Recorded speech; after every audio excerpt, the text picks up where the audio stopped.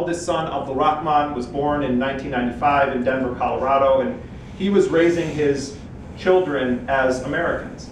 And so he's in this mosque in Virginia when 9/11 happens, and he is the head of this large religious center. The day after 9/11, a woman stumbled into his mosque after being beaten with a baseball bat, a Muslim woman. There was this hysteria. Muslim businesses were being attacked, and it was sort of climate of fear and racism was permeating throughout our society. And al-Awlaki became a sort of media celebrity. He was profiled by the Washington Post. He was interviewed on Talk of the Nation on NPR and on the NewsHour on PBS. And the reason why he was being interviewed is because he was reflecting what I think was a very common experience of many Muslims in the United States in the aftermath of 9/11. And that was that they were condemning what happened.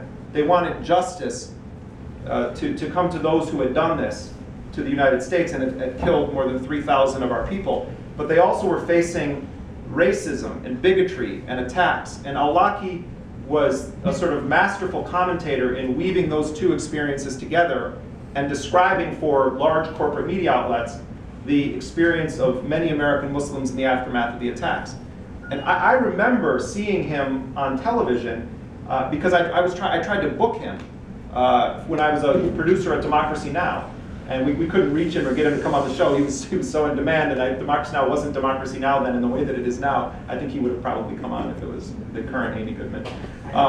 So I remember him, and I remember a speech that he gave where he was talking about the 1990s policy on Iraq when Bill Clinton was president, and how there was this ruthless regime of economic sanctions that had been imposed on the Iraqi people. And I had spent a lot of time in Iraq during that period, where many of Iraq's hospitals were like death rows for infants as a result of the depleted uranium munitions that we had used and the other pollutants that we had caused to go into the environment in Iraq with tremendous levels of birth defects.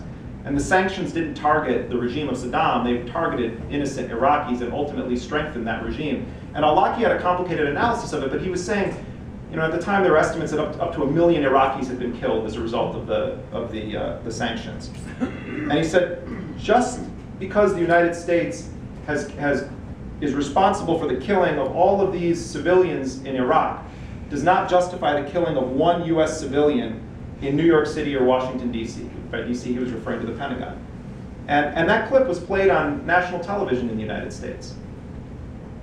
While he was publicly confronting the realities of American Muslims in the United States in the aftermath of the attacks, in private he was being harassed by the FBI. And this was very common. Many imams, religious centers, the FBI was coming in, they were looking for any potential connections to 9/11. Some of the 9/11 hijackers had actually attended al-Awlaki's mosque.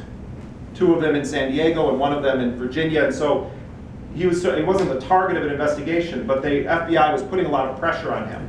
And ultimately it was determined that he had nothing to do with those guys and that they were, in a crowd like this with him speaking, and you don't meet every single person, that it was a coincidence. But there was already some smoke around al-Awlaki, and they were putting pressure on him also to become an informant, an FBI informant. And I get into great detail in my book about that story, and I won't get into all of it here, but I think it's quite possible that at a period in time, Anwar al-Awlaki was actually cooperating with the FBI in their investigations pre-9/11 into Islamic communities in the United States.